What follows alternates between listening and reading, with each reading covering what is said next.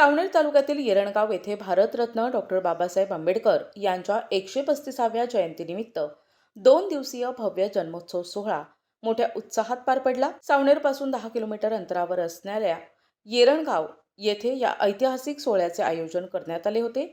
या कार्यक्रमाला सावनेर येथील हितेश बनसोड आणि भूषण कुबडे प्रमुख पाहुणे म्हणून उपस्थित होते।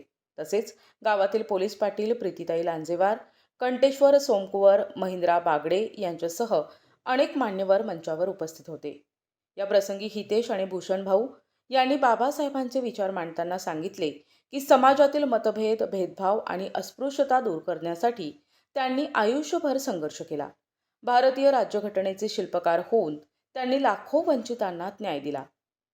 आज एखाद्या गरीबाचे लेकरू साहेब होत असेल तर ती केवळ बाबासाहेबांचीच पुण्याई आहे, अशा शब्दात त्यांनी कृतज्ञता व्यक्त केली। या सोहळ्याचे मुख्य आकर्षण म्हणजे राष्ट्रीय सप्तकंजिरी वादक सत्यपाल महाराजांचे नातू प्रबोधनकार नयनपाल महाराज शिंदोलाकर यांची लाभलेली क्रांतिकारी वाणी होय। युवा भीम मित्र मंडळाच्या तरुणांनी हा कार्यक्रम यशस्वी करण्यासाठी अथक परिश्रम घेतले।